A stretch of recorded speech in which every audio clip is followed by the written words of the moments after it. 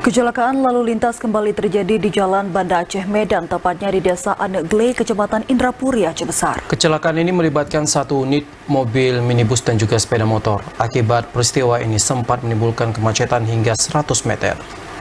Kecelakaan laka lantas yang melibatkan sepeda motor dan mobil minibus terjadi di Jalan Nasional kilometer 23, tepatnya di Desa Anegle, Kecamatan Indrapuri, Aceh Besar, tadi malam pukul 20.20 waktu Indonesia bagian Barat. Akibatnya satu keluarga yang mengendarai sepeda motor harus dilarikan ke Rumah Sakit Ibnu Sina Indrapuri, Aceh Besar.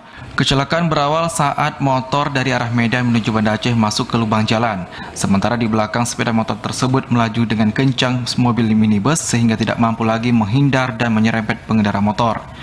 Insiden ini mengakibatkan pengendara motor jatuh ke bahu jalan. Saat kejadian ini berlangsung, para warga yang lewat di kawasan itu ikut mengevakuasi korban kecelakaan dan langsung dinaikkan ke dalam mobil pick-up untuk mendapatkan perawatan di rumah sakit.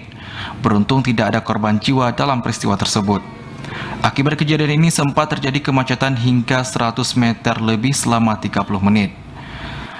Selain itu, minimnya penerangan pada malam hari dan juga masih banyaknya jalan yang berlubang mengakibatkan kawasan itu sangat rawan terjadi laka lantas. Terlebih saat ini Jalan Medan Banda Aceh sangat ramai dipadati kendaraan para pemudik yang melakukan perjalanan balik menuju Banda Aceh dan sebaliknya. Tim Liputan TVRI melaporkan.